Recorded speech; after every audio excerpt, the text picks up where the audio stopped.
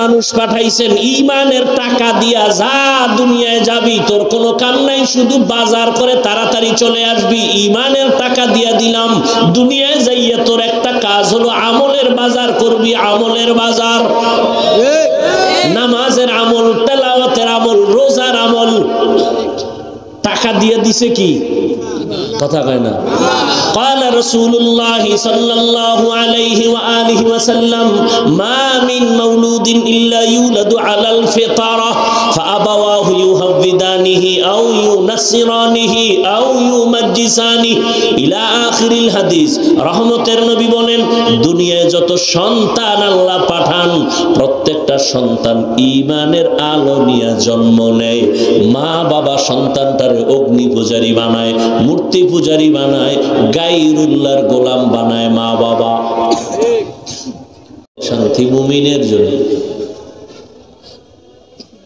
কেউ যদি বলে যে আমি দুনিয়ার শান্তি চাই, আখিরাতের চাই না, সে এখনো সিদ্ধান্ত নিতে পারবে যে দুনিয়া চাইবে, আল্লাহ তাকে দুনিয়াই দিবে।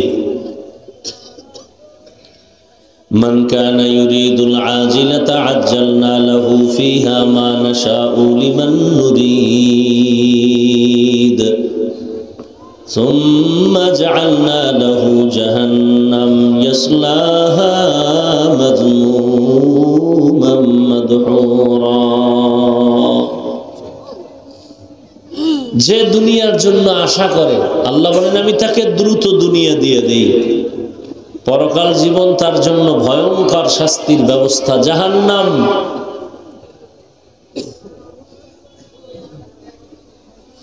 আল্লাহ তাআলা বলেন, ও মানুষ, বিশেষ করে যারা মুমিন। কারা মুমিন? যারা আল্লাহ মানে, নবী মানে, কোরআন মানে, হাদিস মানে, আমানতু বিল্লাহি ওয়া মালাইকাতিহি ওয়া কুতুবিহি ওয়া রুসুলিহি واليوم الآخر والقدر خيره وشره من الله تعالى والبعث بعد الموت। আল্লাহ মানে, কোরআন মানে, হাদিস মানে, জান্নাত মানে, জাহান্নাম মানে, কিয়ামত মানে, কবর মানে, হাসর মানে। এমন মুমিন যারা, আল্লাহ বলেন তোমরা আমি আল্লাহকে ভয় করো। ভয় বড় দামি এক সম্পদ। এই ভয়ের মেডিসিনটা যত বেশি থাকবে, তার দ্বারা অন্যায় তত কম হবে। একটা সন্তান মা বাবাকে খুব ভয় করে, প্রমাণ বলে মা বাবার সামনে সন্তান অন্যায় করে না, কেন? বলে শাস্তির ভয়। একটা ছাত্র শিক্ষকের ভয় করে, প্রমাণ বলে শিক্ষকের সামনে অন্যায় করে না, কেন? শাস্তির ভয়। ঠিক এই দুনিয়ায় যেই মুমিন আমার আল্লাহকে ভয় করার মতো ভয় করবেন, ওই বান্দা গলায় ছুরি লাগাবে, দাড়ির মধ্যে অস্ত্র লাগাবে না। কেন? বলে জাহান্নামের আগুনের ভয়। এখানে যারা সবাই মুসলমান মুমিন, সবাই আপনারা আল্লাহ মানেন, নবী মানেন, কোরআন মানেন, হাদিস মানেন, কিয়ামত বিশ্বাস করেন, আখিরাত বিশ্বাস করেন, জান্নাত বিশ্বাস করেন, জাহান্নাম বিশ্বাস করেন, করেন না? তা তো আপনাদের বয়ান করার কোনো কারণ নেই। দাওয়াত দিয়ে আমার আনছেন কেন?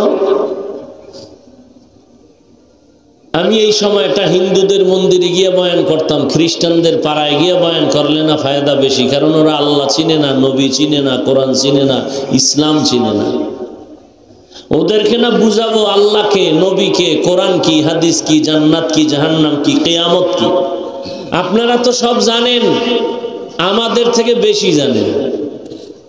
কি আপনারা হুজুরদের থেকে কি কথা বলেন? বেশি জানেন, কম জানেন না। বেশি না জানলে কি হুজুরগো ভুল ধরেননি? মহাপণ্ডিত দেখেই তো হুজুরগো ভুল ধরেন। ভুল ধরতে ধরতে ধরতে ধরতে এবার বিল্ডিং থুয়ে জঙ্গলে ঘুমান লাগে, এত বড় পণ্ডিত। আল্লাহ হেদায়েত না দিলে উপায় কি? মরাডারে মারো কেন, কয় লড়ে কেন? তো আপনারা আল্লাহ মানেন, নবী মানেন, কোরআন হাদিস মানেন, আপনাদের বয়ান করব কেন? অথচ কপাল এত খারাপ, যে আপনাদের পিছনে তালি দিতে দিতে 12 মাস শেষ।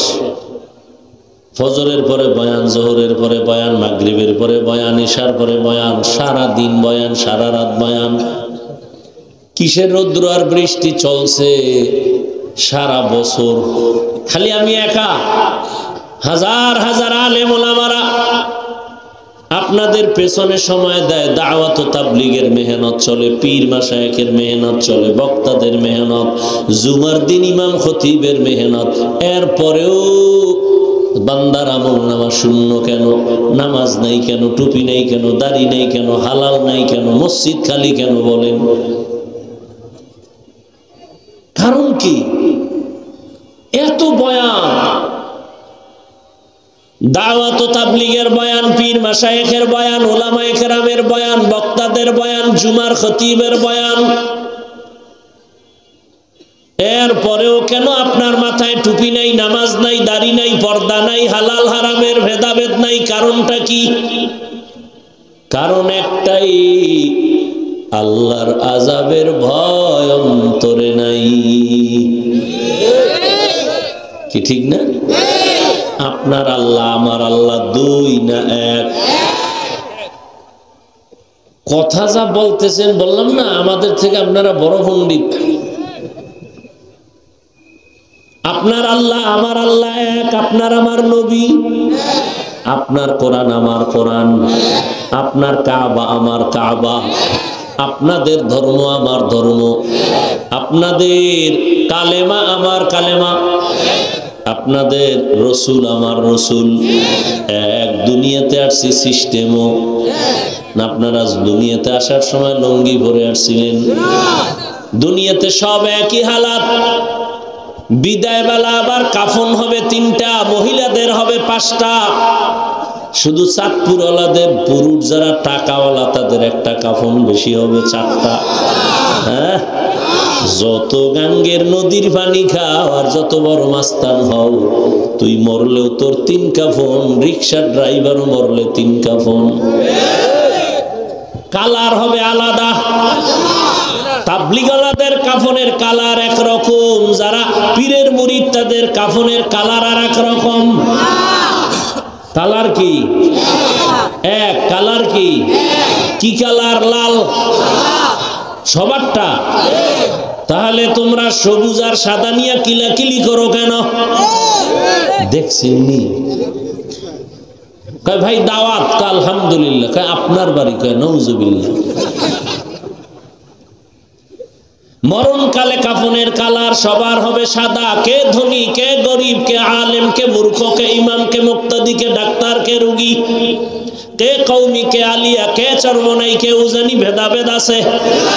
সবার বেলায় কাফনের সংখ্যা এক, কালার এক।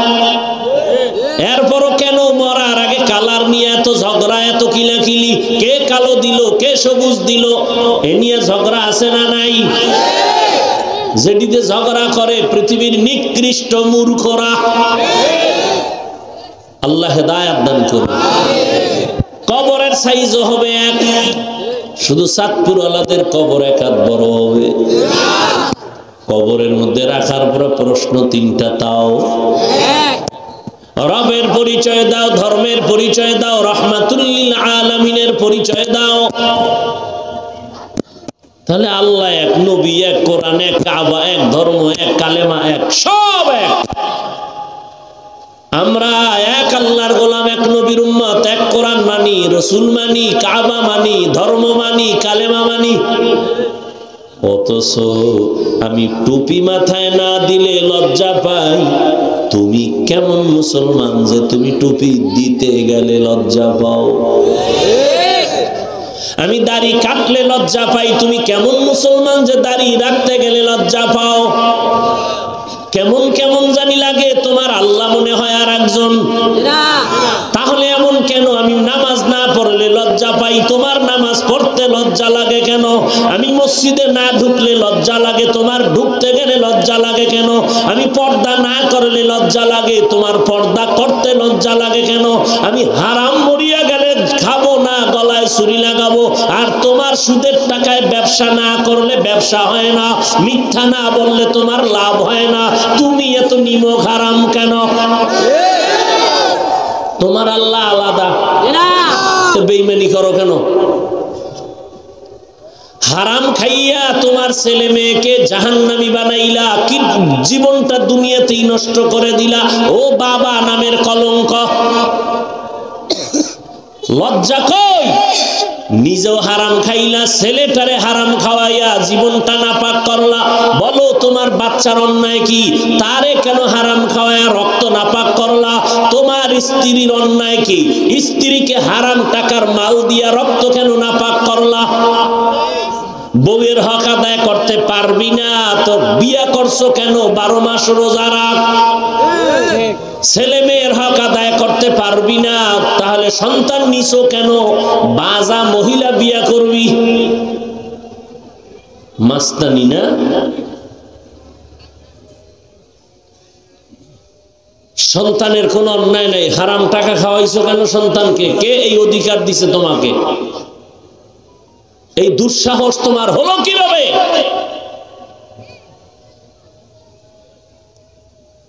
লিখে রাখো, ওই সন্তান জুতা পেটা করবে তোমাকে, রেডি থাকো।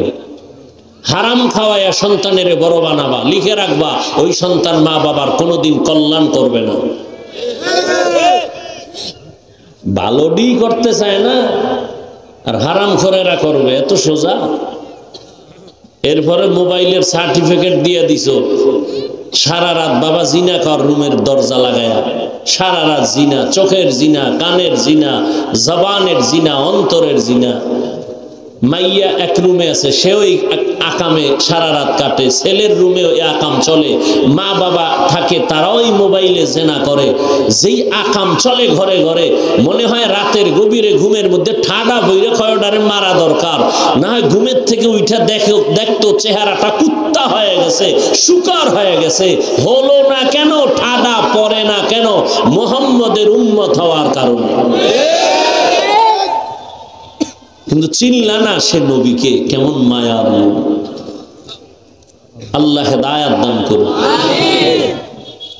ইয়া আইয়ুহাল্লাযীনা আমানুত্তাকুল্লাহা ওয়া তানজুর নাফসুম মা কদ্দামাত লিগাদিন ওয়াত্তাকুল্লাহ